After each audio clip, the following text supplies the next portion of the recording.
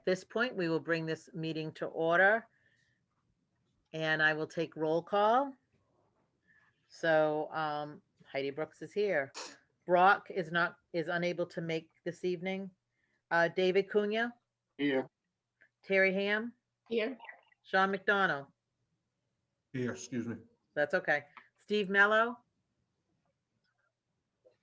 Brian O'Hare. Ryan wasn't able to make it. Okay. I don't know if everybody's, oh, there we go. Okay. Steve Taylor. I'm here, but I may have to leave about 7:45. Okay. Mary Waite Here. here. And then Anthony is here. Yes, I have a 7:30 meeting, so I'm going to sign off about 7:20, 7:25. I'll let you know. Okay. As I said, Sean is not here. Cody is here. And Melanie is here to take our wonderful meeting minutes. So we will start with the meeting minutes that were sent to us. If you could pull those up. They are the meeting minutes from our last meeting, which is January 27th. Did you do?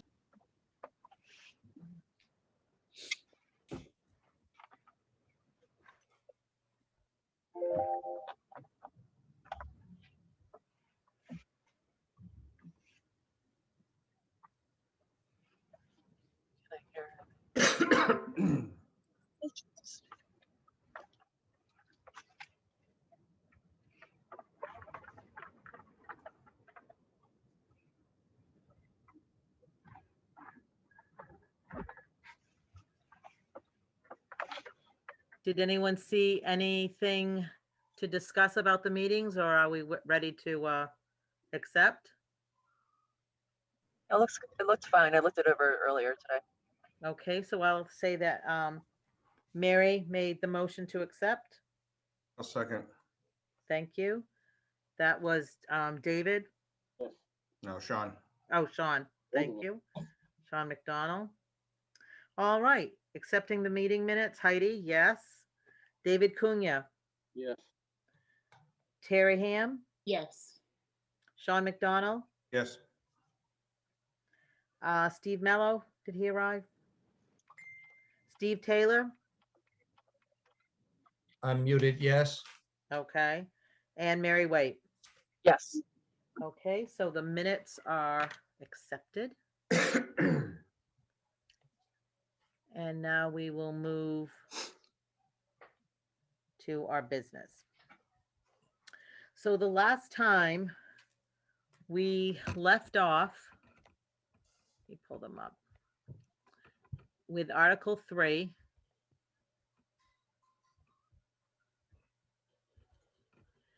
And we spent a lot of time, as the minutes said, talking about different boards, and information that was shared with us was boards currently. If you remember, there was a document that was sent to us that evening from Sean McGinnis. Boards that are currently either looking for members, some have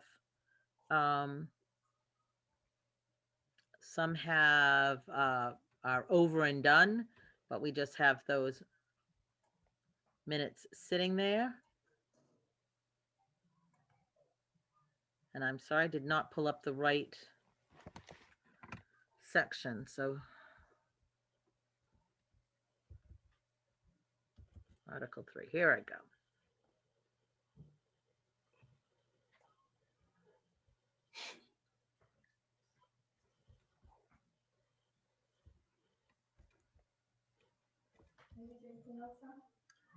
I'm good, thank you. All right, so we were discussing Article 3. And we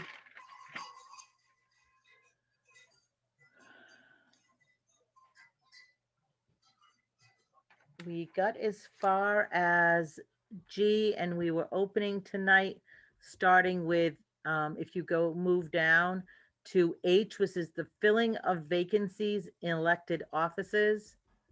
And then it goes on from there. So if you could move to that portion, we will start there.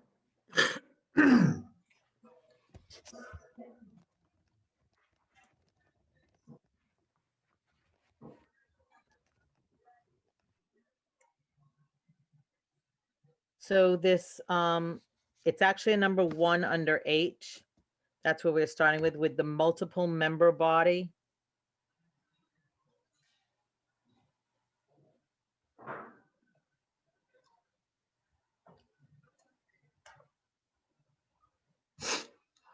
And one of the questions Anthony had was something, should we define as to why there's a vacancy? And he's got extended absence, long-term illness, resignation, death, failure to appear for repeated meetings. My personal take is that maybe we shouldn't spell it out, and that way there's some odd discretion. If somebody is, not showing up, it doesn't have to be the showing up, X out of Y meetings. Maybe it's just the group says this person is not working with us, working towards our cause. But if Anthony feels differently, or anyone else, as I said, I'm leaning towards not defining it. But if someone thinks that there's a I reason. lean that way too, Heidi. Okay. I agree with you, Heidi, but again, I mean, Anthony, we probably have to, from a legal standpoint, I don't know if there's a reason to spell it out, but I understand, I kind of agree with your point, Heidi. Okay, Anthony, do you think we need to define it? Do you think we're, No, I think if it's an elected position, you're getting into probably a difficult area if you're going to start saying they're no longer on the board if they fail to appear for so many meetings, but I just threw that in there for discussion purposes. okay, I know what the select board has done in the past for appointed commissions. In one in particular, they were concerned some members weren't showing up to 50% of the meetings. And so they addressed that on reappointment. Yeah. But Yeah, for we elected- don't, Elected positions, I think it's a little bit different. yeah, I would think probably the best way to handle that would be the elected position would probably, the other members of the elected position would send the person a letter saying that you haven't attended after so many times. We want to know if you're still interested or if there's something else, that we need to know. And then if the person doesn't answer, then they can send them another letter saying that, I mean, an elected position, really, the only way you can remove somebody is through either not re-electing them or going through that removal petition. There's really nothing in the charter itself Right. to remove somebody who's never showed up to a meeting. Because if that was the case, then there would be a certain assessor who would not been on the board, years ago. so then my other question was something that had come up, I believe at the last meeting, which was if you have a member that has general bad behavior, which we had talked about, which we had talked kind of about that situation in another community with a town meeting member, but we're really thinking of, smaller boards with more visibility, not just necessarily a town meeting member that meets, twice a year. But on another board, if someone were to, as Well, we we said, did. We did put in a recall a few years ago, but it's a really high standard. Yeah, that's for elected officials. I would Right. say if there was a board that came under the jurisdiction of the select board and there was a person being a mensch, then we would just remove them.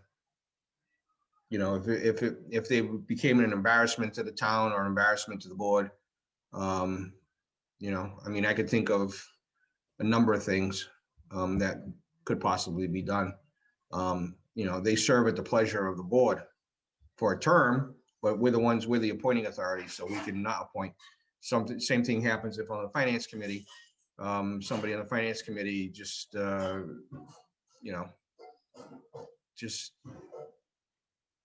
behavior is just so outrageous that the other members can't deal with it. it would be up to the moderator to remove that person and reappoint somebody else. Okay. So again, here we're talking about the elected, This is just elected officials. these are Yeah. elected. And we're talking about those multiple member boards.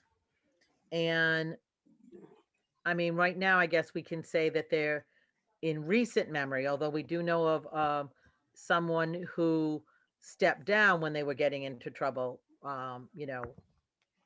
left their position. Right, and I think if somebody resigns, it's pretty obvious it's a vacancy, and I think if somebody Yes. dies, it's obvious there's a vacancy, so I agree. I just put that in there for discussion purposes. Okay. Yeah, I would just leave the changes, the red line changes and whatever the comment in it's, just leave it. Sean, how do we handle it? Has there ever been a vacancy in the select board? We don't fill that, right? No, we don't fill it until the next election. That's what happened the last time. Yeah. But the planning board had the most recent, and that was filled, and they filled until the next election, and then they run for the term that's remaining on that. They run for the remaining That's it. term. So it's Chris O'Neill was appointed in John Souza's stead. From John Souza's resignation, Chris has to run in April, and I believe it's a 2-year term that he finishes out. It So seems, whoever wins that gets the 2-year term, and then right. It seemed odd to me that they joined in the choice of who was on their board. That seems to me more appropriate for the select board to choose as opposed to jointly. Your thoughts, Sean? I don't mind doing it jointly. They have Could to be my have, internet. Looks like they have to have some, I guess, I'm not sure the exact term, but they have to have some hay in the bale. Mhm. Because they're the ones that are gonna be working with them, that person. And same, I mean, now would only be, I mean, there's only really a handful of boards, that this falls under. I think by statute, if there's a vacancy, for instance, the select board would appoint, but, okay, again, I think That's the fine. only thing else that we need to look at is, it would be on the next page or going down where, it looks like Anthony wanted some clarification on which notice of vacancy, notice of the date of the vote.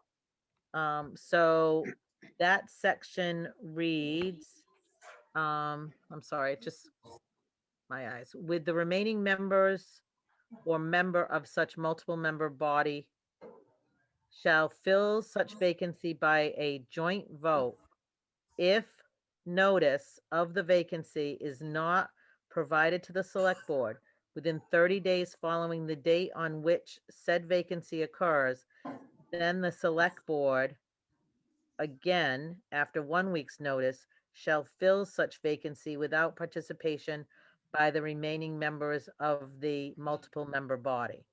The person chosen to fill any such vacancy shall serve in such capacity until the next regular town election at which the balance of the unexpired term, if any, shall be filled by the voters.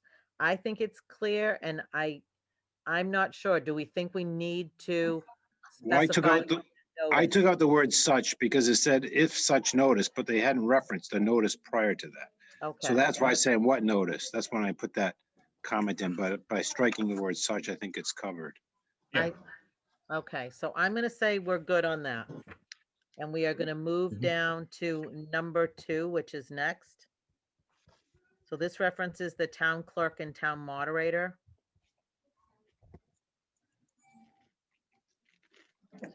Now, how this town clerk was may be changed at the next election to an appointed, not elected position. Then we take it out, right? Then we take it out, okay. Mhm. So I just want to make sure everybody is aware of that. Yeah, and this is exactly what just happened when we appointed Sarah. Okay.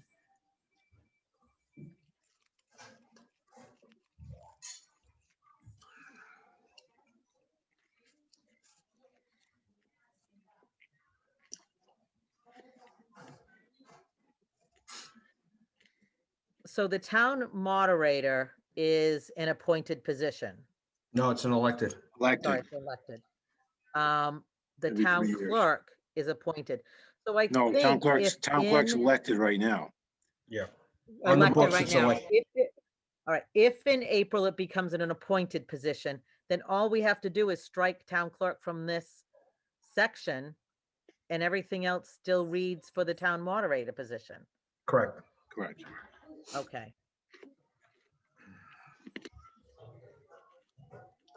So we'll just make notice that if it goes in that direction, that will be removed.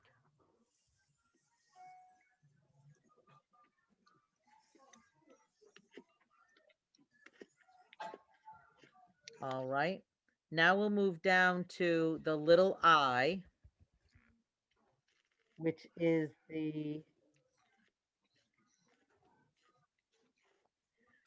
recall of elected town officials, that an That's- affidavit signed by at least 2,000 registered voters, including 15 from each precinct, be filed with the town clerk containing the name and title of the elected town official whose removal is sought. Now, I will tell you, in the final charter 2000 that I have, this is not in here. No, this was new. This was done, 2011. in 2011. 2011. This was done almost 10 years ago. And the only thing in this entire paragraph is basically where it says elected, it's now capitalized, where it says officer is now official or officials, and town is capitalized. Other than that, it's still the same language. So that, with those changes Anthony made, that's good for me. This is David. I have a question on this one, though. Okay, Last week, or last 2 meetings ago, we talked about one of our precincts, which is the college. It's never has anybody. So there would never be a way for them to get 15 people to sign up in there. Should there be something that says that if at a smaller number, that 15 doesn't have to count? I'm not gonna get 50. it's a very good point.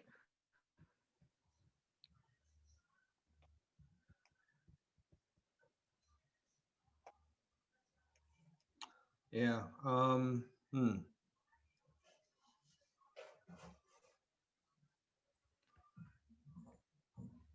Yeah, how can you get 15 signatures if, well, there's 15 voters, but you have to go to the school to get them.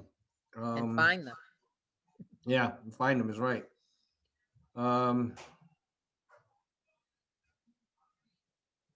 There are some that aren't in the school in that precinct, right? No, it's strictly all school. Oh, really? Yeah, it's strictly all school. This The goes only back- thing I could think of is if you just remove, including 15 from each precinct.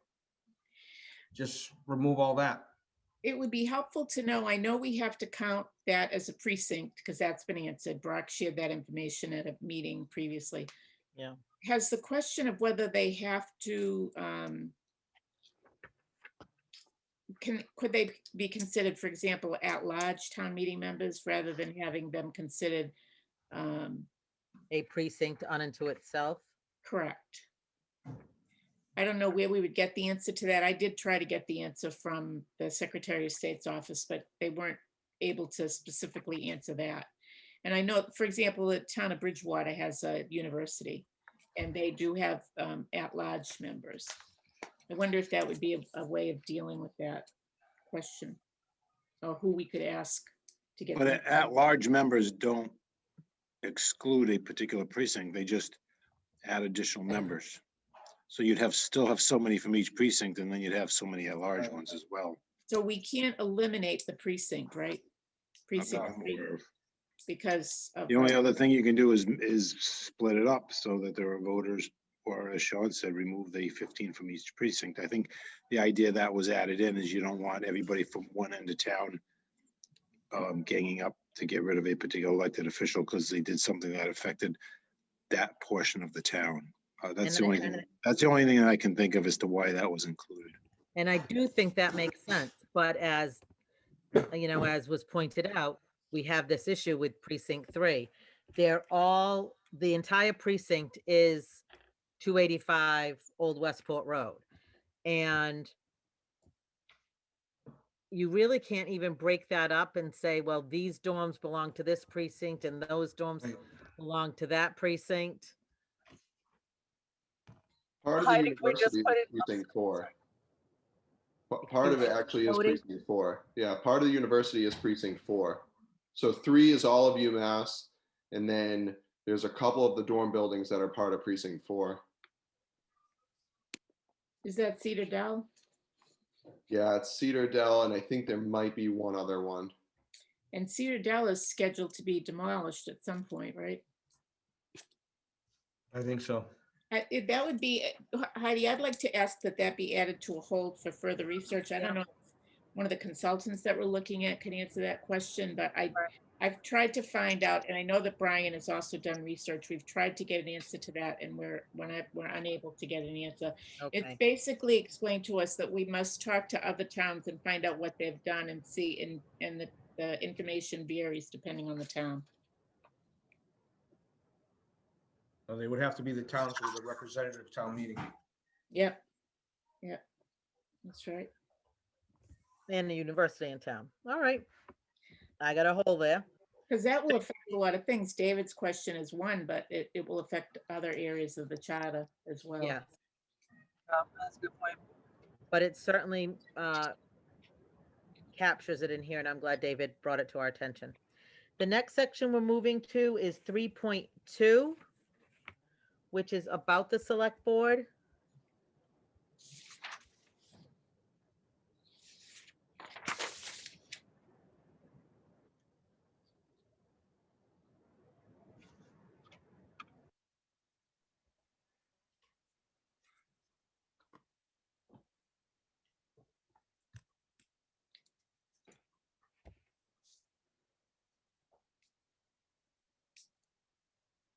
A is fine. B is just capitalizations and a couple of Scrivener changes.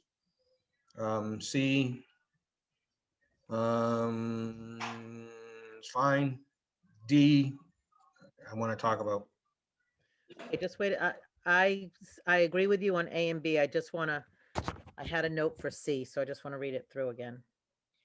I don't understand the terms of office the way that they're described. There is a reason that they're set up the way they are, so that some years we have one position, there's no,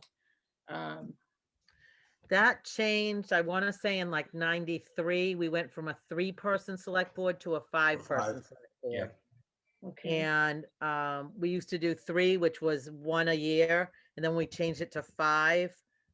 That's what happened, which is the same thing that happens on the school committee, which is a 5-member board. It's 2, 2, and 1. Same thing now also with the park board. Because they have 2, 2, and 1. There's 5 members there.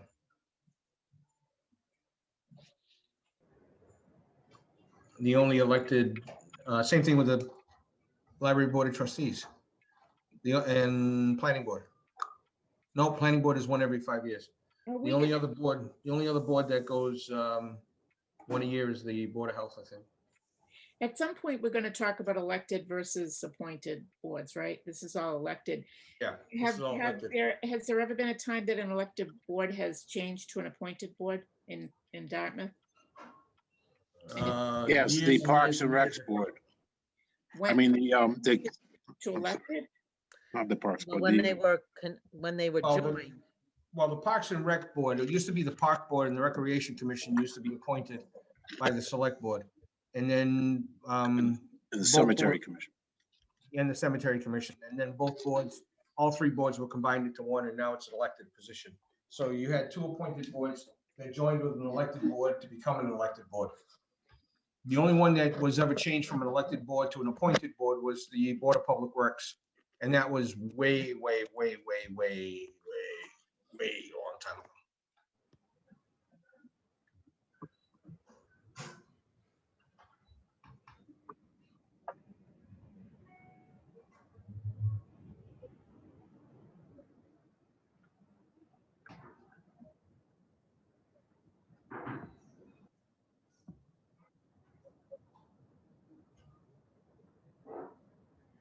So I guess in C, Anthony, when you write even necessary, simply a reinstatement of statutory power.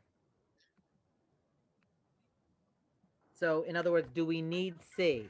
I don't think we do. Okay.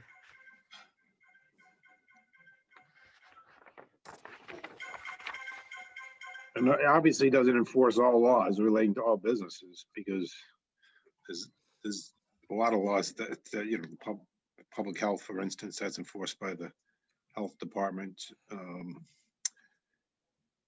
If there's an illegal sale to a youth, that's enforced by the state and the Board of Health. If there's illegal sales of either liquor or cigarettes or something, so that's an overstatement. That sentence is an overstatement. I don't think we need it at all, but So we should See, at a minimum, we need to take out that last part. So just put a period after public interest.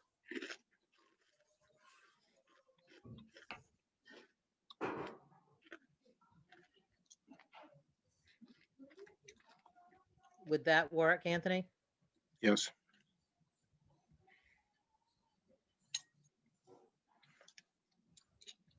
And why wouldn't we just take the whole thing out? Well, you need a license. We deal with liquor licenses. Right. We but we do with common vics. I thought that Anthony was saying that you have to do that anyway. No, It's by statute. You do that anyway.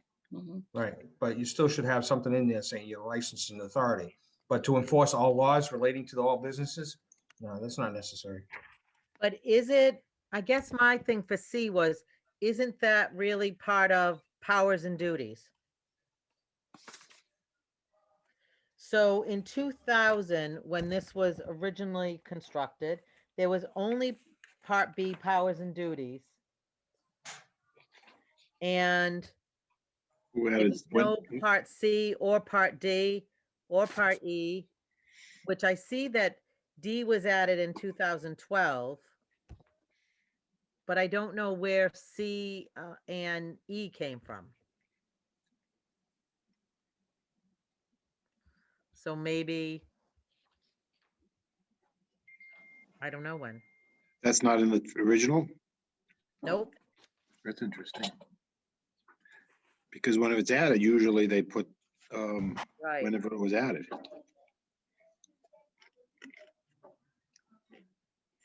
And I just didn't know if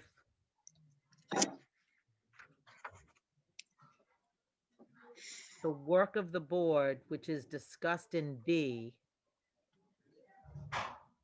I can see Oh. appointments because then this is when we would state the appointments to what. But if C is really part of their work, which is in B, I mean, it's good to separate them all. I mean, they have the license authority, they do make appointments, we do investigations when those occur. So there's no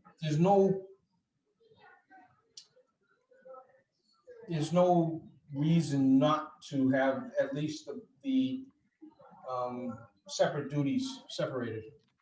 Because we are the licensing authority for liquor and for common vic. We are, and shellfish too, if I'm not mistaken. So.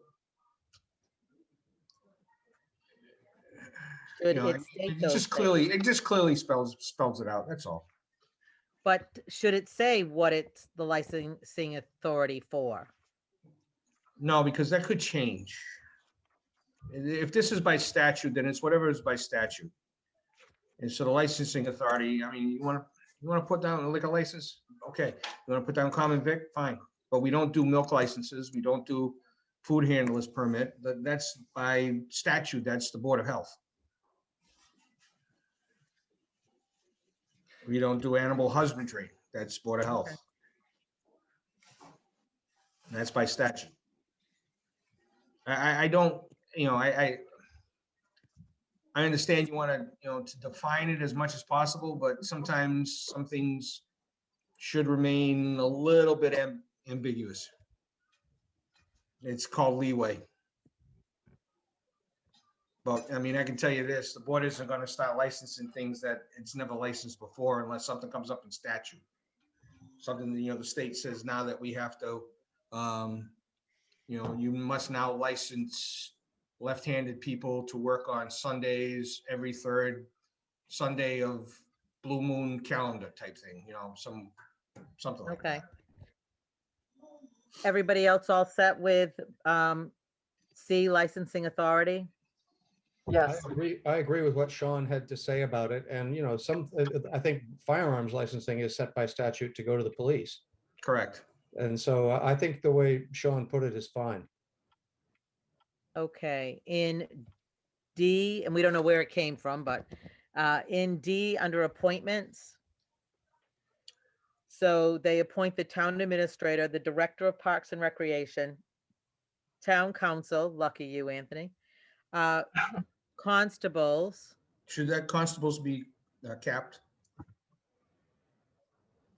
Everybody else is, I you think- don't wanna, I think they're defined elsewhere. I think probably because they're defined Okay. elsewhere. all right, I'm just, Not a I defined term, so. don't wanna make any constable upset, Right. Board of Registers. Board of Registrars of Voters. Board of Appeals, Conservation Commission, and such other members of multiple member bodies, the functions of which do not involve direct operating responsibilities, but are primarily policymaking or advisory in nature. And any other individual who are to serve as representatives of the town to the governing or advisory body of area, region, or district authorities, and where no other provision is made for appointments in the law or agreement establishing such entity. So Okay. my question there is, if town clerk becomes an appointment, does it fit back in there? yes. And my question is, why wouldn't the boards that are elected be appointing, for example, Parks and Rec and Conservation and DPW? How is it determined that the select board appoints or the elected board? The only reason why I can only think of is when they did the combination of the Parks and Recs, that's what happened. But let me just say this. I know if Parks and Recs had if Tim Lancaster decides to move on or quit or retire or whatever, I know the board would do a joint appointment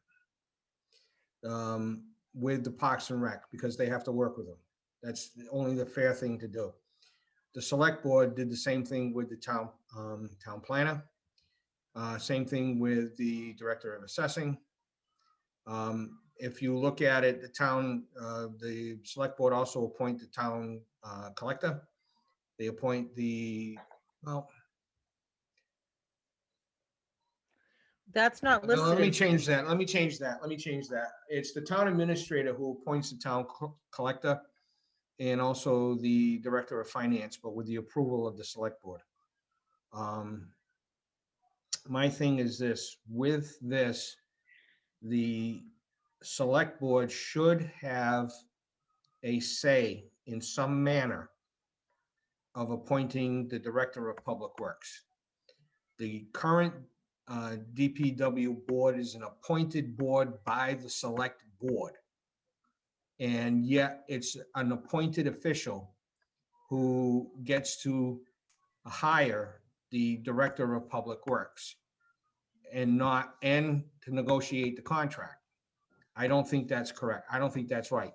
I think the select board should be the ones to have at least a say in hiring the DPW, but they should be the ones to negotiate the contract. Who should be the ones? The select board? should be Select the- board, yes, and not an appointed board. There is not right now an appointed board that negotiates a contract with a hired employee. It's ridiculous. Doesn't happen. This is the only board that does. And I don't think it should be.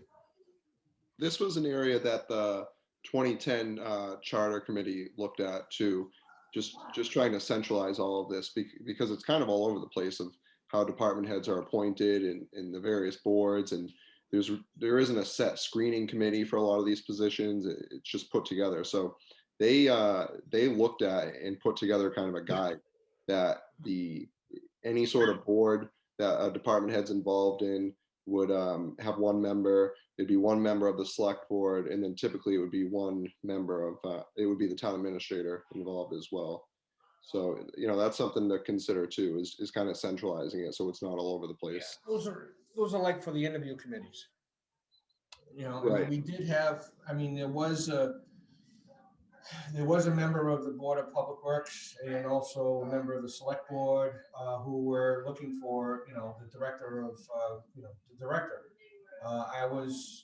I myself and David Tattlebaum was part of the interview committee for the building inspector.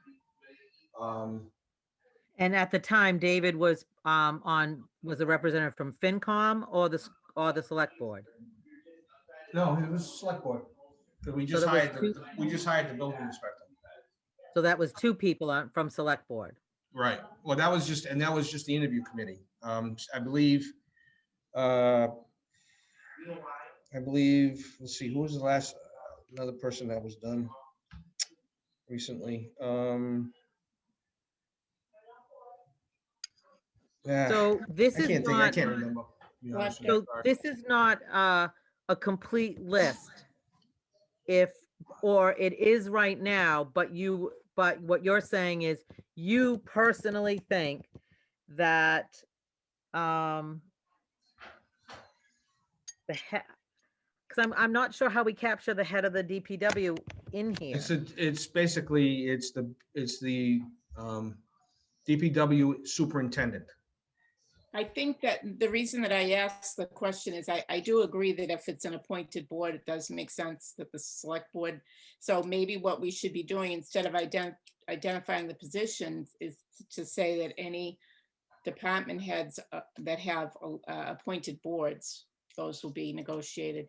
I mean, to be honest, in my previous experience, before I got involved in the finance committee, that there was a representative of the finance committee involved in negotiating contracts. That doesn't happen in Dartmouth. And to me, that seems crazy. I don't know why you wouldn't want somebody who has to look out for the money involved in that end of it. But I mean, to come back after the fact and say, here's the contract, we negotiated it without running it by anybody doesn't make sense. And I don't know how, I know that every decision happens for a reason, but maybe there's. You're an advisory board. You're not a town official. You can't negotiate a contract. You're an advisory board. Yes, that's very clear to me, Anthony. And what I've also heard from the select board is that they rely on the finance committee to review all of the information that they do in detail because the select board doesn't have time to do that. So if that's the case, to me, it makes sense to have somebody who looks that closely involved, but that's the prerogative. And that's not the point of this conversation.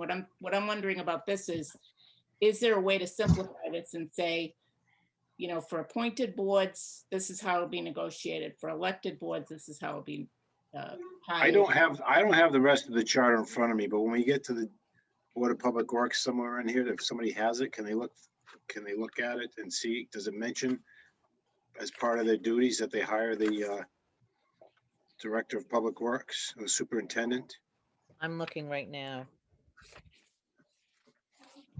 I remember at one point, they actually changed the term. I believe the statutory term is superintendent, and they changed it to director or vice versa. And the reason they did that is because the statute does not allow that person to hold an outside position.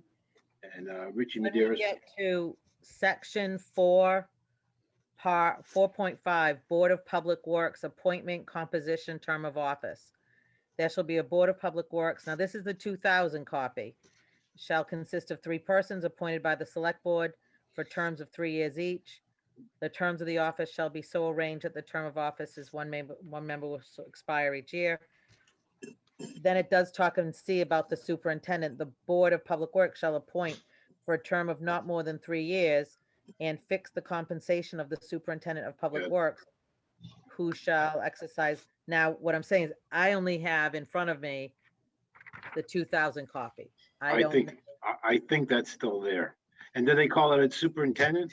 yes, Yeah, and I think by statute, it's superintendent, and at some point, again, I don't have it in front of me, so I apologize, but I recollect that they changed it to director so that he wasn't bound, and this isn't Dave's fault, because Dave didn't even want it. I think he was embarrassed by it, but Richie Maderas was on the board and he pushed that to be changed to director so that he could hold, he wouldn't be bound to the restrictions that he can't hold outside employment.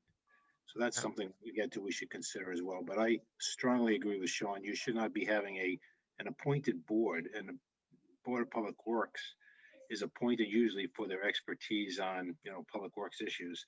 They shouldn't be setting a salary. They should not be hiring the person. well, it looks like in 4.5, I'm going to make a note of that. In 4.5 from 2014, approved by the voters in 2015 is the language that you just described. So Director of Public Works is there, the Board of Public Works appoints, fixes the compensation, so that would have to be changed. Okay. And I think the other thing we need to look at is, are there other boards and positions that we feel there needs to be other involvement in? Also, Melanie, would you just make sure you note that Steve Mello has joined us? I don't know when his face disappeared. Thank you. I had a little difficulty getting in, but I'm here now. Okay, no problem. Your face just popped up, so I wanted to make sure you got credit. Thank you. Steve's here, I'm leaving. Ah, that's it. I'm out of here. All right, so now we're gonna move in. I've got the questions in D, and we're gonna move to E, which is the investigations.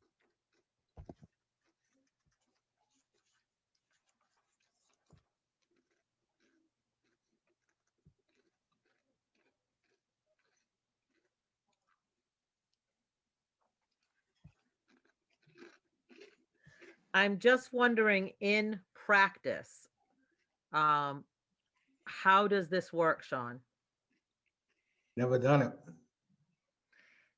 it. Again, this is one of those that wasn't in the original charter of 2000, and there's not an amended by town meeting and not approved by the voters. I don't know when it came to be.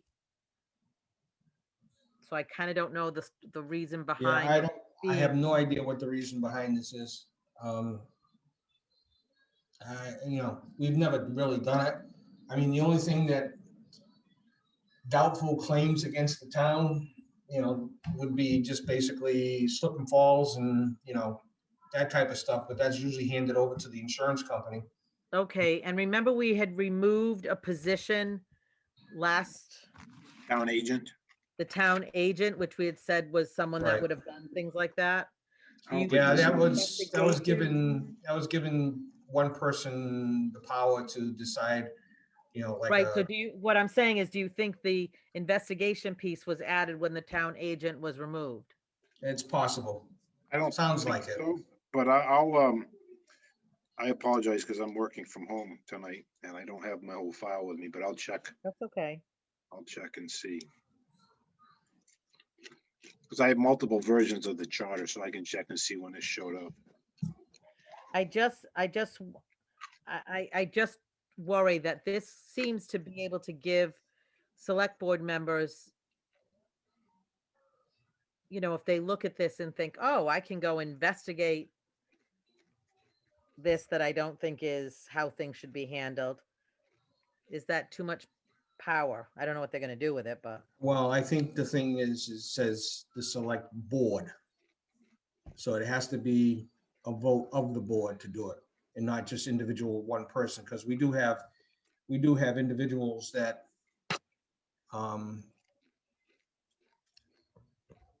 like to stick their nose in other people's business.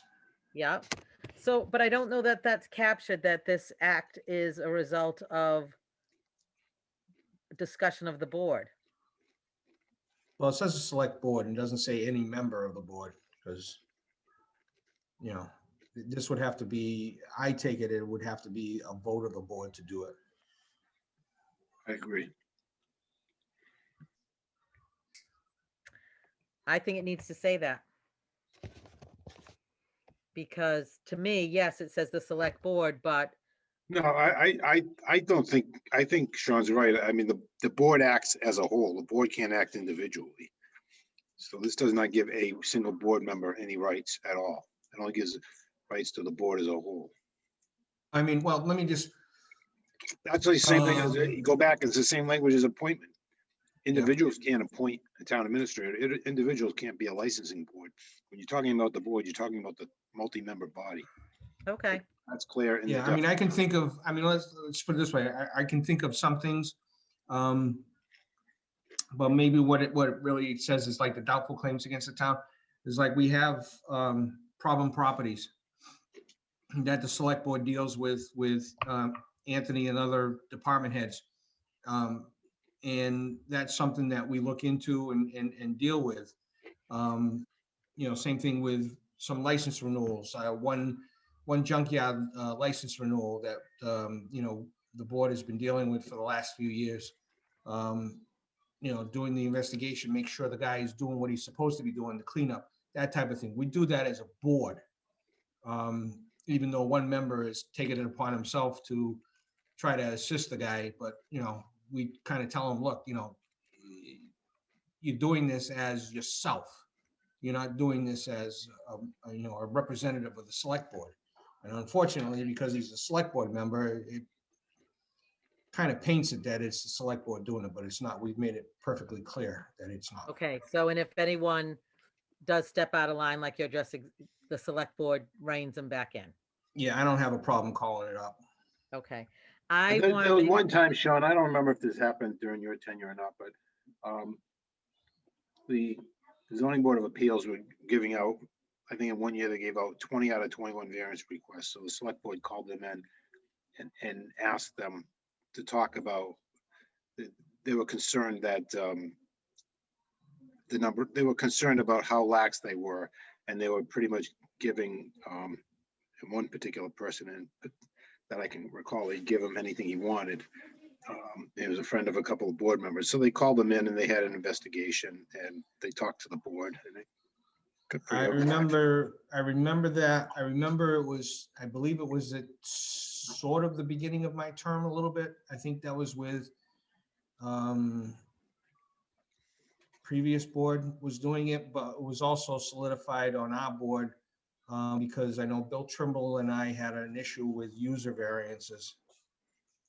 And there was just a number of user variances that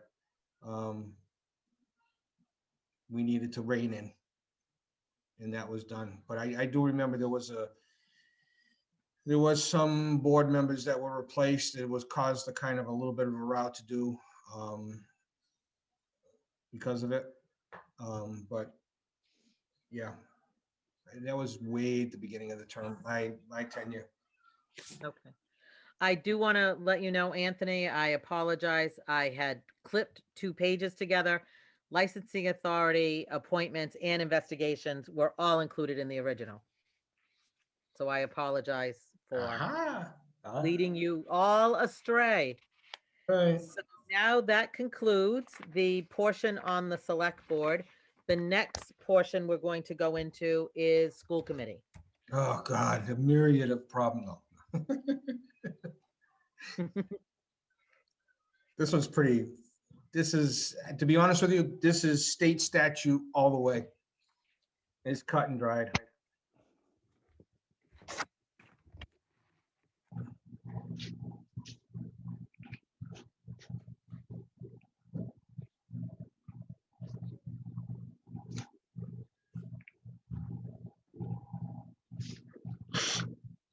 The only thing is that, and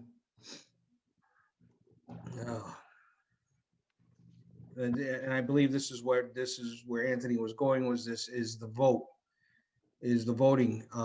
It's basically the top 2 get in, whereas the select board, you have to choose the seat you're running against. So you're running against the individual and not just for the position. And there's been some questions as to why the school committee doesn't do this, because I think it does, certainly it gives the individuals running an indication as to why would somebody choose to run against me for my seat versus Right. them for their seat. You know, gives a person a possibility for reflection on the job they're doing. But the comment here does say that this was discussed and proposed 10 years ago, and they don't know why it wasn't added. No, but it should be added. They did propose it to town meeting. I'm looking at the proposals from the 2010 committee, and it was proposed. But I don't remember if it actually made it to the, was it in the warrant, during the town meeting warrant? Again, I have that at home, at work too, I apologize. Yeah, it was. There was a lot of stuff we talked about that was initially proposed and then it never made it on the warrant. So I don't know if the select board next did or It looks like this one did make it to the warrant. it was voted Yeah, down. I don't recall why it wasn't passed. So that we probably need to check on, because if it made it to the warrant, wasn't ever sent to a vote, then, you know, it may need to be re-brought up. Well, if it was on the warrant, it was voted on. If it was on the final warrant, it was voted on and voted down because it's not in the charter. But And I'm willing to bet, depending upon where it was in the warrant, because I think the early stuff got passed and the later stuff didn't. I think people got tired of the debate. I think What you're you're right. thinking, Sean, is that individual pieces were voted on, not a collective Correct. reorganization of the, Yeah, there were several articles in the warrant related to the charter. related to this. Right. Some passed, some didn't. Okay, It was all the right, so fourth we one will, I'm gonna put a hold for further investigation. Could we discuss whether we want or don't want and what the purpose was for declaring a seat challenge instead of just throwing your hat in the ring? Well, I'm not sure what the reason was behind for the select board, but I remember, it's pretty obvious. I remember what it was back in 2000 or earlier when the original charter, it was one of the few changes that was agreed unanimously. We were told not to make any changes to get the charter accepted. It was thought that if you could challenge for a specific seat, it would get more people engaged in the election. You'd be less likely to throw your hat in the ring if you might bump out your friend or your like thinker on the select board, and instead you could challenge a specific seat. So it was designed to get more people engaged. And Right. I mean, I can tell you this, the first year I ran for the select board, it was an open seat. The second term, I didn't have any opposition. The third term, I didn't have any opposition. The fourth term, I had somebody who just basically wanted to stick it to me personally, because he was, So Sean, in your running, are you running with somebody else the same year, or you're the lone Yes. seat? yes, John Herron's seat. Okay, you and John are up. Stanley Mickelson is the only one, Stanley Mickelson's seat is the only one that's by himself. That seat, when they did the first time of the first five-member board, that was the term that received the most votes. That one got the 3-year term. The next two highest votes got the 2-year term, and the fourth and the fifth highest total votes got the 3-year term. Okay, so Steve, I guess that's the rationale. yeah, well, that was the rationale back again in the original charter. People weren't running for the select board, and it was believed that if you could pick the seat and not run the risk of bumping somebody off that you didn't want to bump off, you'd be more likely to throw your hat in the ring. And whether it works or not, I don't know, but that was why that one change to the way we did business made it into the original charter. Well, I can tell you last year, I had somebody running against me and John had somebody running against him. I'm not sure what's going on this year, because to be honest with you, I haven't really asked. But we should know now. We should know now. May I ask a question? I'm not sure I understand the history, but on the in the case of the planning board, one person their term is up every 5 years. There's 5 of us. Is Right. that not the same thing with the select board? No. No, they're three-year only terms. 3-year terms. You're the only board with a 5-year term. Okay, but even if it's a 3-year term, there's only one at a time who's coming up at the end of their term unless somebody resigns or retires and moves to Florida or whatever, right? No, No. it's 3, because there's 5 members, Five. 3 years. So Oh, I it's see. 2, 2, and 1. Okay, I understand. So the select board, this makes a difference. In the other cases, it's one at a time, and so you can decide when to No. throw your hat No, in. only the School planning committee's board. 5 and 3-year terms too. Yeah. And only the planning Board of board Health, is because it's 5 years. 3, the Board of Health, because it's 3-year terms, there's only 3 members. But with a 5-member board, like the school committee or the select board, it's 3-year terms, 5 members is gonna have. a So what we're vote. saying right now is in Dartmouth, we have 5 different elected boards with 5 different voting No, procedures. no. All elected boards are 3-year terms with the exception of the planning board. They are the only one with 5-year terms. Yes, Library Board of Trustees is 3, Board of Health is 3, Housing Authority is 3, okay, Parks and Rec is 3, Select Okay. Board is 3, okay, but Sean, Town what Clerk is 3. okay, Sean, but what I'm saying is, um, the select board, you run for an individual seat. Yes. It's the only one where you That- have to choose the seat you're running for. Right, Everything else is a free-for-all. right, but if not, if you are a It 3 actually doesn't even say that in here, Sean, as I'm looking, it doesn't even say that. We should probably. But put if that you language are in. a 3-member board, one person running each year, if Correct. someone chooses to run against you, they're running against you for Yeah, your correct. seat. Okay?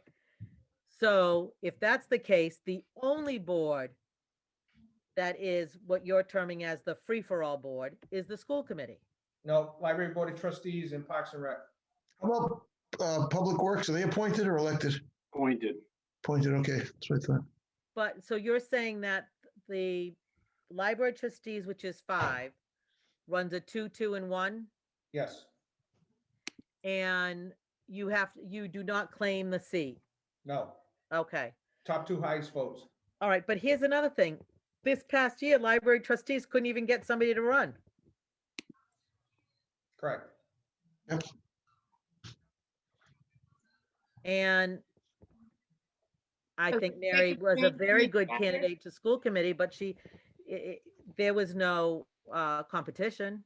Well, Does thank it you. take that, change in That's because that? nobody wanted to run against her. They knew she was gonna be such a tough person to beat. There you go. Right. Thanks, guys. So it's. But Shannon's running unopposed, I think, too, right now as well. I'm pretty sure. Just a lack of interest lately. It really Right, is. which I think is sad, but If I could just make a point to help us sort this out, in the case of the planning board, Right we've back. had a bunch of vacancies recently because somebody retired, somebody quit or whatever. And in those cases, the town clerk is telling people that you have to pick which seat you're running for, the 3-year term to fill out so-and-so's Yeah. or the 5-year term that's up normally. You still have to Yeah. pick in those cases. Right, because you have an unexpired term. Right, So you either run for the unexpired term or you run for the regular term. that's right. And are we saying that's a good thing and we want to keep it, or which is the ones Well, where that- people that- recommending we change? That's No, an those entirely different, that's an entirely Yeah. different ball of wax. Okay, Because Those now you terms have an are- unexpired term. we're talking about this particular one is at the outset right now with school committee. So this year is not a good year because Shannon Jenkins is 1 seat on the board and she's running currently unopposed. But last year when Mary Waite ran and it was Mary and Kathy, Kathleen Amaral ran, somebody could throw their name in the ring, a third person, and whichever top 2 got the votes would have the seats. Right. As Correct. opposed to what they're proposing this the item in red would make it like the select board. You would have to state, I'm going to run for Kathleen's seat, or I'm going to run for Mary's seat. I'm going to go head to head with one of these. Right, and I think the argument that Steve's saying was brought up is, say you like Sean, but you don't like whoever's in his slot that year, the other person. You don't want to run against Sean. And if it's just the top two, you might not run, whereas you might otherwise put your name in to try to defeat the other person, or vice versa. You may not like Sean, but you may like the other person. And there's one other term, if I could throw it out there and sound like a real old codger, the plunking of the vote I learned in the first go round, where there are two seats open and you only cast one vote because you're afraid you might cast a wrong vote for somebody that would. Right. Yeah, so plunking was something that I learned about, and choosing the seat or having to declare for a seat took that out of the picture. Because plunking is not one vote, it's two votes. Because when you vote for two people for the same seat, technically, They those cancel votes cancel each other out. Right. I'm going to put a hold on this because we are going to be looking to see where it went in 2014. Let me just give you another good reason why the school committee should be voted on. Each position should be voted on like the select board. Like the select board, the school committee is half the town budget. Therefore, if you're voting for a member who basically oversees half the town budget, then it should be the person that you want and not the person that may get in there. You know, it should be the same thing with the select board. It's a responsibility of the board, you know, so it's just. It would be So another Sean, your reason. point is it's more accountable. There's more accountability than if you do it that way. Correct. And Exactly. and again, you're acknowledging that there are political differences between the candidates too, or, Right. you know, so you're Exactly. voting your, you know, priorities in as well. Right, because you could have, let's just say you could have two people who are, I guess what would be the effort of du jour? Vaccinations. Let's just say school, Massachusetts wants everybody vaccinated if you want to go to school. You have two candidates who agree with the state and you have one that doesn't. Now, all of a sudden you have, if it's a free-for-all, your choices are 2-1. Now, if you got to choose a seat, now that anti-vaxxer can go up against one of the vaxxers. And now the choice is, now the discussion is the vaccination and not just, you know, get me in there type of thing. So that was just a. No, that's a good example. That's a good example. That's a good example. So I think that we want to hold just to find out where this went the last time. And then we'll know, I'm getting the sense that we are not opposed to putting this language in. Yeah, I don't see the opposition at this point, but I'm sure it's out there. I just haven't. I mean, I wouldn't want to do this for the planning board or, Parks and Rec or for Library Board of Trustees. Because but I think basically accountability budget-wise, these are big budgets. Well, I think that is the kind of the ringer, that this is a budget where the other departments that you mentioned, that's not the difference. Mhm. So under B, powers and duties.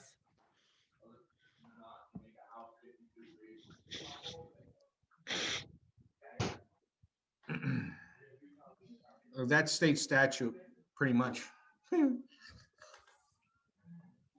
But I'm not quite sure why Anthony has the question marks. Is it the question marks about the Constitution? Or was it worry? I'm sorry, That's all right. It just says under the you have question marks about the Constitution? Because I think. It's the if it's Constitution of the Commonwealth. I'm on the wrong page. I'm sorry. And the Constitution needed to be capitalized, so that's a grammar note. And I'm not sure that the bylaws of the Commonwealth dictate school committee. I think it's in the actual Constitution, as opposed to being a bylaw, a regulation, or a general law. Say that again, Steve? You capitalize Constitution of the Commonwealth of Massachusetts, because I think the Constitution, being a specific document, would be capitalized. So that's grammar. Right, right. I also think that you do have and the general laws and any special law. So it said before, under the Constitution and laws of the Commonwealth, but now you specifically mentioned the general laws and any special laws. Right. No, I think, yeah, then that was a note to me to look, is there even any discussion of the school committee in the Constitution? I don't know. That was a nudge to me to look, that question mark. I don't know if it's applicable, but I can It's look easy at, to find out. yeah, Right. I'll just get the cut. I'll just Google it.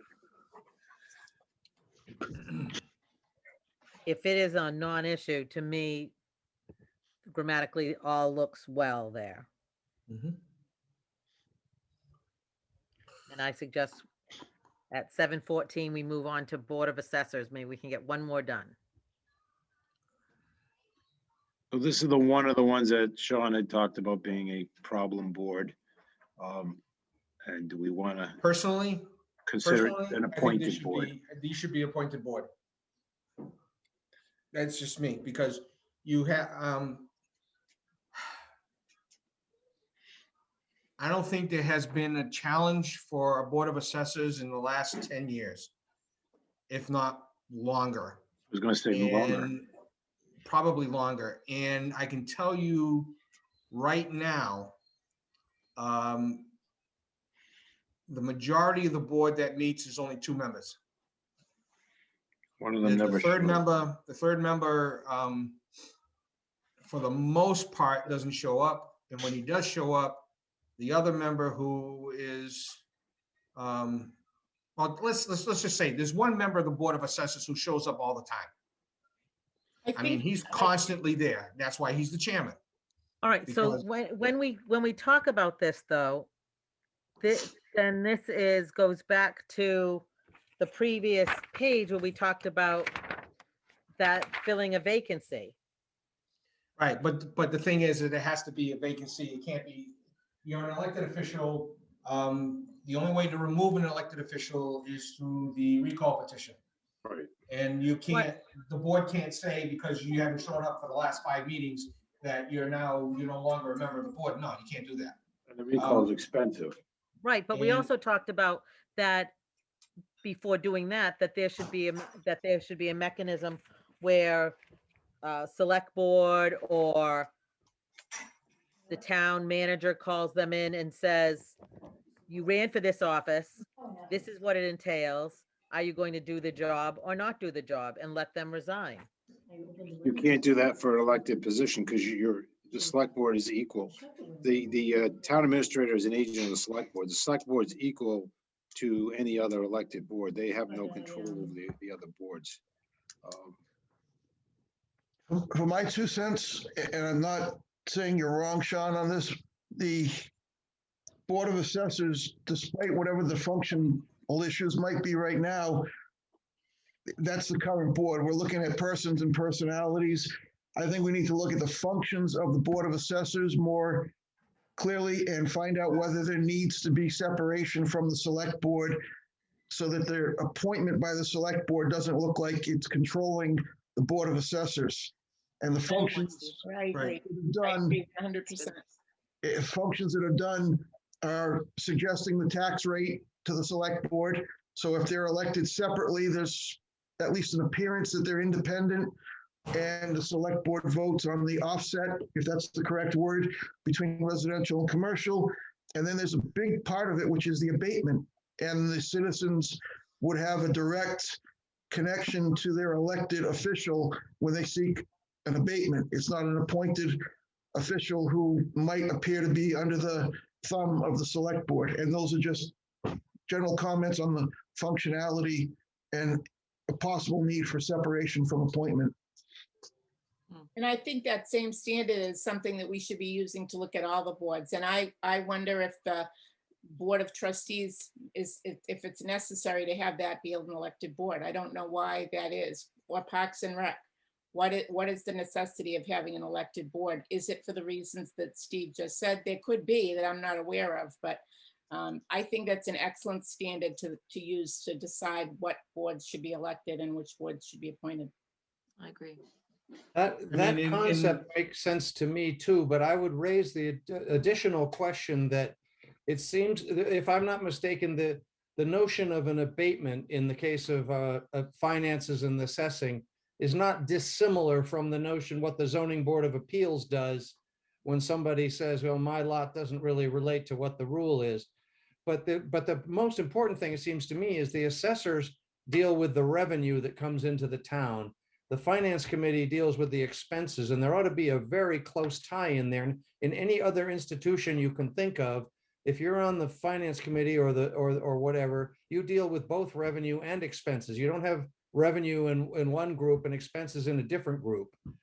So it seems like we ought to really think about the finance committee in conjunction with the Board of Assessors and bring them into, have it do them the same way and make sure that they're completely interconnected.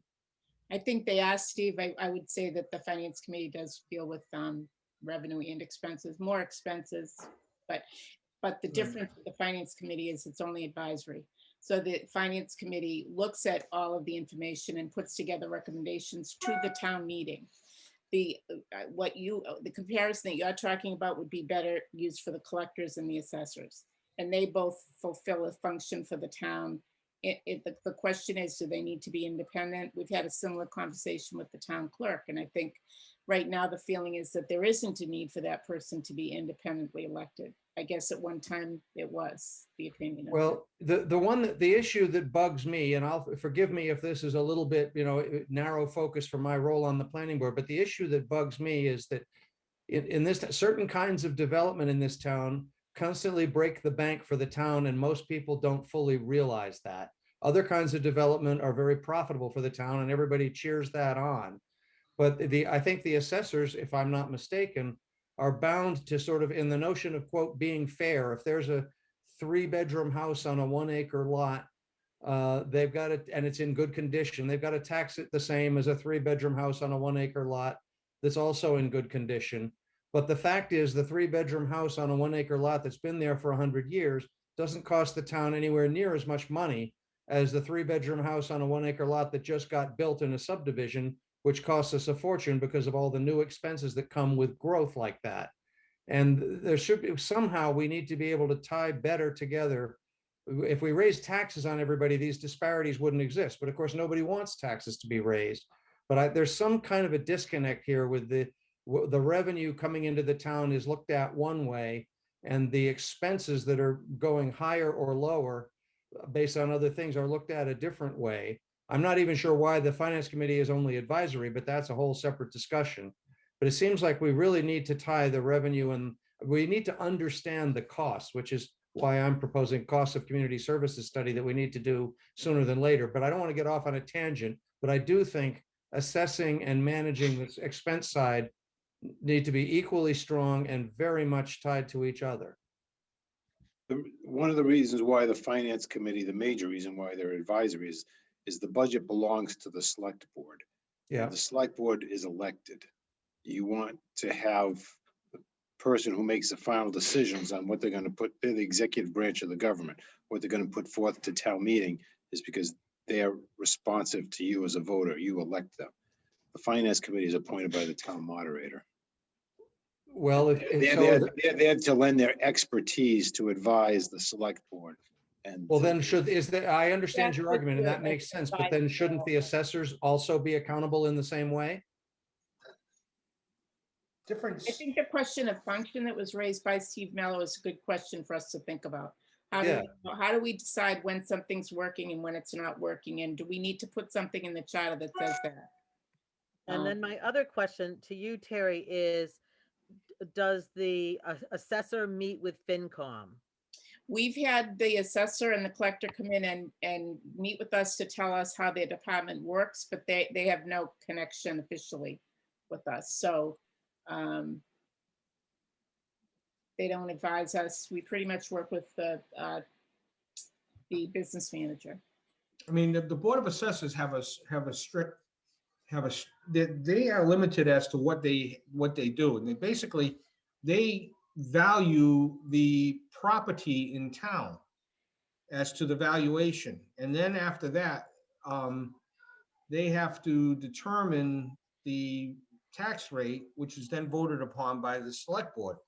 And then after that, by statute, they have the abatement. I mean, there's no, and it's pretty clear as to how they have to handle abatements.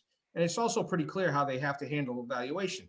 Because a 2-bedroom home on Lake Nokichoke is going to be valued differently than a 2-bedroom home in Hayden Air. on Ponegantset Bay is also going to be valued differently as a 2-bedroom home on Woodcock Road. Right. No, I get that. That's right. And there's a lot of good, fair market value reasons for what you just said. Stephen, Right. Taylor, in my opinion, there is a need for a stronger planning system in the town. We don't have a very strong planning. But getting back to Steve saying, the newer home being built has a different value, has a different lay in on town services versus a 100-year-old home. But if that 100-year-old home is purchased by a couple with 3 kids, and the home that's just being built is being lived in by a couple with 3 kids, both of them cost the town the same amount of money in the way of services. That's right. But one of them has Infrastructure. been accounted for when we fill in the blanks, when we built the schools, when we decided on the size of the sewer system or the size of the water department, we accounted for what the town needed at that time. As we hook up new things to the sewer system without worrying about whether we're going to make it bigger or whether we're going to enlarge our schools, it's really a question of, do we want to control growth in some sensible way? And growth is not always good, but a lot of people just presume that growth is automatic and there's nothing you can do about it. No, I mean, the town has got some mechanisms in place as to the growth. Number one, the number one factor in that is the 2-acre zoning. No. Without the 2-acre zoning, instead of, I think at some point in time, maybe a few years ago, there was about roughly 4,500 buildable lots in town. I believe that's what was said. If without 2-acre zoning, that would be somewhere north of 9,000. That's right. So you can see where that has come about. And what also is also a factor in building is utilities, is whether it's going to be a septic system versus a town sewer, and whether there's going to be town water or well water. So that lays a lot into developers' minds too. Yes, that's right. And you could take that whole comment further and ask yourself, why is it that we zone vast quantities of farmland as residential A or B instead of zoning them as farms that are supposed to stay that way? I mean, there's a lot of big picture thinking about The that. problem is there's been no overall planning for years that I've seen. You took the words right out of my mouth, Anthony. Nobody's I done couldn't agree anything. with you more. Everything is reactionary. We So right react now- to a subdivision plan, we act to a petition for a variance. I haven't seen anything. Right. Isn't And there with a all due master respect, plan? I'm not criticizing any of my colleagues, but as a matter of town process, to me, it's crazy that the planning board spends 85% of our time reacting to other people's ideas and under existing laws, and we spend maybe 15% of our time actually doing planning. So what you just said is so correct. And I think, I don't know what we can do in the charter to make that different, but it would be a blessing for the town if we could. Can I just steer us back to the Board of Assessors with one question? Yep. I think, Sean, you could probably clarify.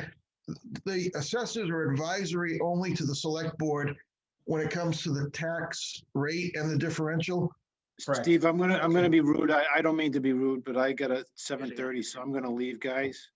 Thank you, Anthony. I'll see Bye, you next time. Anthony. I apologize. Yeah. Thanks, guys. Thanks for your comments, Anthony. Yeah, Steve, I do want to talk to you because I concur with some things. Yeah. Yeah, basically, the director of assessing, along with, as I believe a vote of the Board of Assessors, come up with different factors to establish the tax rate. And right now, it's been approximately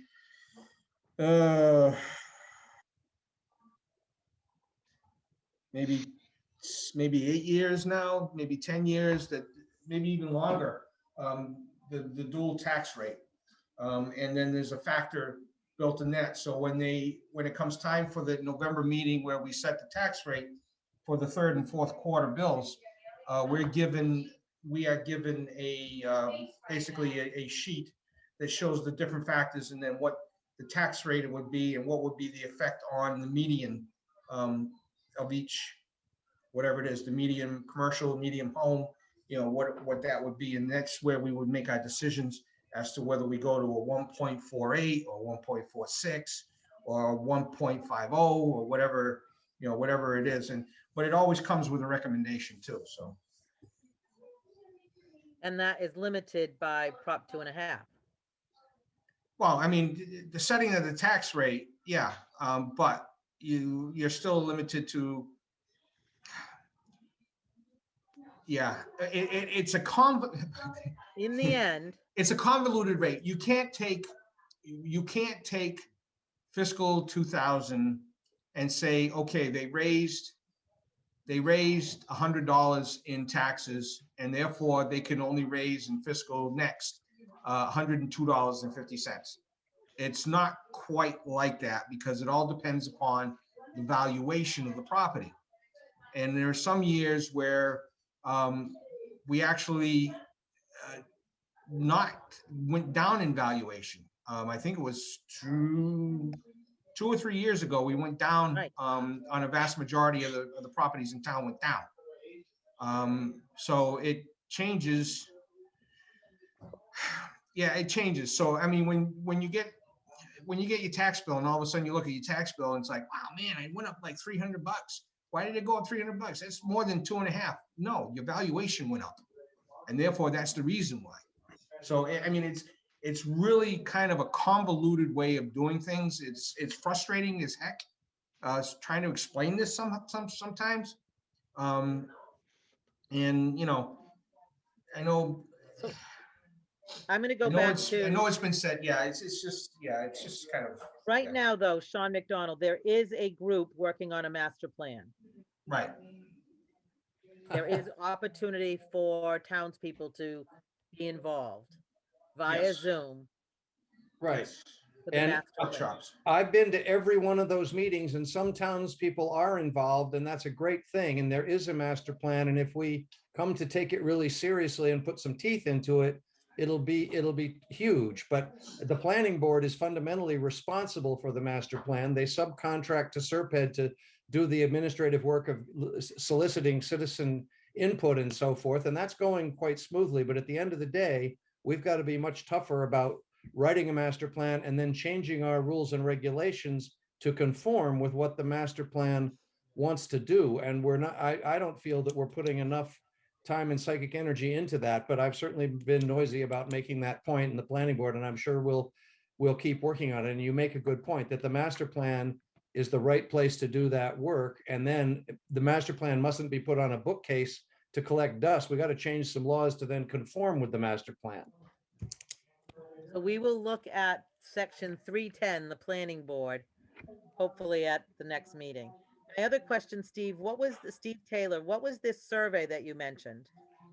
I have proposed, and I'm happy to send other people a copy, that we, the town, do what's called a cost of community services study. Many towns in many states, and sometimes it's counties because they have the authority rather than towns, have done this. But I've dug and dug and dug, and I can't find evidence that Dartmouth ever did one. But it's time, we really should do it, because all the people who do it, the data comes back the same. Certain kinds of development, they bring in more revenue, yes, but they actually cost the town much more than what they bring in. Other kinds of development are very profitable to the town, and many kinds of development are about $1 for $1. You get $1 in new taxes and you spend $1 on new services. But if you go back to 1980, when Barbara Anderson and the Citizens for Limited Taxation Group came in, which is the history of where Prop 2.5 came from. Ever Yep. since then, you guys all know, we all know that healthcare expenses, pension expenses, all that stuff have soared. And so basically anything the town ever does that forces us to add to the labor force, doesn't matter what kind of labor force, whether it's DPW, whether it's police and fire, or whether it's schools. So Schools are probably the that biggest. certainly would piece. be, That's a problem, and we need to so, think about that. so that would be something that would be done internally by different groups, but is that something that, Cody, listening to that, I know sometimes we've gotten a special, intern that does that kind of work. So, Steve, I've been working with Christine O'Grady. I actually just submitted a grant application to fund that project. So, Cody, I can't tell you how much I appreciate that, and I want to help you with that. And not only that, we should talk to the Agriculture Commission, because I've heard from 2 members there that they think they have some money left over in their budget that might help fund it. all So right. if So, you get a grant and talk to them, we might actually get enough money to do it, and that would be really good for the town. yeah, we can talk, Steve. The right. grant will ultimately fund the whole thing, but let's not get, too off topic from what we're. Okay, well, that's good. I appreciate it. Yeah, no problem. All right, well, I'm glad we circled back so we could feel like we had some traction on something. All right, so if we just look at under powers and duties, this B paragraph looks like it covers everything that we've talked about that the Board of Assessors does. And I do think, I'm going to go back to Steve Mello, I do think the function of the board has to be our top, has to be our mecca of thinking about what is the function of this particular board and how would the function, how would the construction of the board, elected, appointed, membership, how would that make the board function better? But I think Part B, under powers and duties, just lays out the powers and duties of this. Correct. Yeah, I agree with that. I think that it's Part A that needs discussion, and we should come back to that, but Part B looks fine. Well, let me just give you this, under city government, some city governments appoint a majority of their boards. The city of New Bedford, the assessors are elected. So is the mayor, so is the city council, so is I think the Board of Health is also elected. Other than that, I don't believe anybody else is elected in the city of New Bedford. I could be wrong, though. But I do know for a fact that the assessors are elected in New Bedford. Because Peter Barney is one, Peter Berthium is another. I'm not sure who the other one is. Well, I'm going to say that it is now 7:36. We have Yep. gotten to section 3.4. Our next meeting is scheduled for February 24th. And that night we will pick up with 3.5, continuing with any discussion points that we have learned regarding function of the board. So it may be something that between now and 2 weeks, we look at the remaining items in Article 3 and think about the function of each of those boards.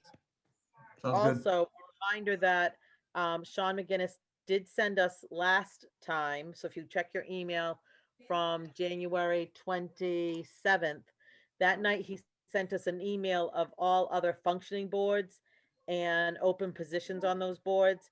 And I think the bigger question is, how do we get people involved in the town of Dartmouth for the betterment of the town of Dartmouth? It was easier 20 years ago. Yeah. I think a lot of it So has to I do, am nobody going- wants to deal with the aggravation. Well, I think it's there's also a that reason- the same people do so many of the same things, like the people who are the coaches are also the PTO people, it's Right. I But mean, I do that's our house. So I I think do that think becomes we have to tough. look at some of the mouthpieces on social media and tell them to put their money where their mouth is and sign up for a real board. Oh, I mean, I'll just real quick. I can't If believe there's- Shannon's unopposed. I mean, with all the grief people have given to the school committee, no one's Because- running against her, and she's because great. they- I would think some of the mouthpieces that I've seen on social media would be, yeah, no, it Well, would be my what they concern call is the I don't want proverbial them there, crap but I'm just storm. saying. Right, they want to stand and be vocal without really the correct forum. Yeah, but Stay those are the accountable. people, though, those are the best people to call out. Those are Absolutely. fun. It's like shooting fish in a barrel.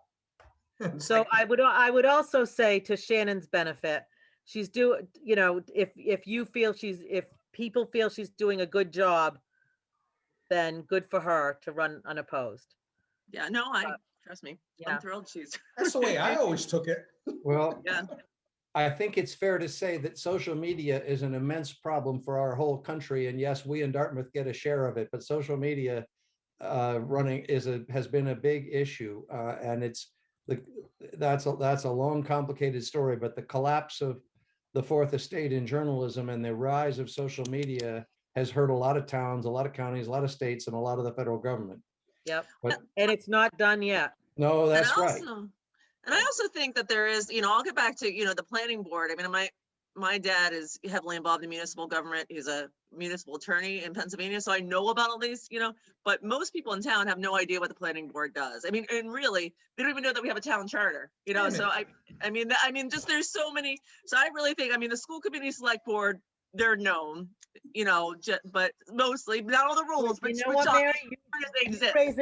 You raise a But- great point. I've been in talks with Cindy Marlin about, what else can we, do with DCTV? So let me talk to Cindy about this. Maybe we need to, knowing about Dartmouth, learning about Dartmouth. Hello, little head dad. I see you. Oh, tell her to get her full face in. Yeah, I mean, how many times, I can't count how many times during the course of the year, somebody comes up, well, you're the select board, you should be able to do this. Not really, no. Right. No. I can point you in the right direction. I can tell you where to go, sometimes literally, but I can tell you who to see, who to talk to. But it's something that's out of my jurisdiction. Mhm. Well, I don't know how to do it because I'm such a new member on this charter review committee, but I can tell you that one thing that to me would make a lot of difference would be if we could put some teeth into the master plan that basically says that once the master plan is voted on and approved by all the relevant people, I think it starts with the planning board, then it goes to the select board, then it goes to town meeting.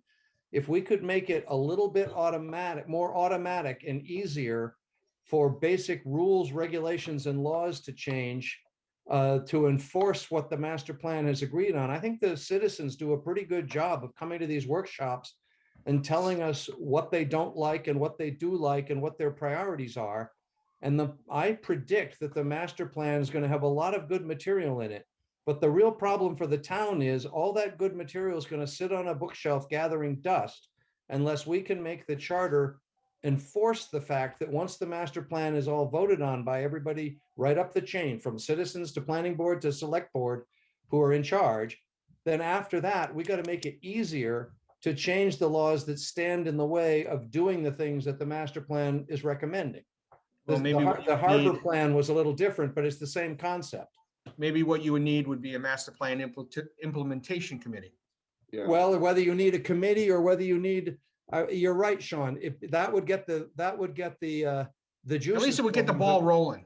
But right You know? now, it's really, really tedious to change a single individual law, whether it's a zoning regulation, a setback regulation, a keep the green fields and green space in place regulation. It's a long, complicated process, as it should be if it's kind of a weird thing coming in from one citizen from left field. But if it's something that's already been approved by the master plan, we should make it a lot easier to make the changes we need to enforce the master plan. And unfortunately, no matter what it is, it has to pass muster through the state too, so. No, I understand that, but I'm not afraid of going to the state and saying, look, we got to do this or got to do that. I mean, this, at some point, the state is supposedly tuned into things like climate change and resiliency and all that stuff. I mean, we shouldn't be scared of the state. We should be willing to go make our case anytime we want to. And I think, I'm not a lawyer, Anthony is, but I know there's many cases where towns are allowed to enforce stricter regulations than the state. We're not allowed to cop out and do something Right. less than what the state Right. requires, but we are allowed to have some of our regulations in town be stricter than the state minimums. And if we just did some of those things, we could do a great deal of benefit for the future of the town. Well, this has been a very thought-provoking meeting this evening. But now I am looking for someone to, So moved. so Second. moved. Adjourn. Thank you, Sean. Someone with a second. Seconded. Thank you, Steve. Who would like to end the meeting? Heidi says yes. Dave Yes. Cunha? I would say yes, and I thank you all for listening to me and Anthony, everybody else we got on our high horse, but I appreciate all of you. No, I really appreciate Good everything you to said, hear. Steve. Really It- good you know, conversation. We should not shy away from discussions and topics, so. Yeah, this high is- horses are fine, rocking horses aren't. Right. Carrie Ham, Yes. Sean McDonald, Yes. Steve Mello, Yes. Brian O'Hare, not here, sorry. Steve Taylor, Yes. Mary Waite. Yes. Thank you all for coming. Thank you. I will see you all again on February 24th. All right.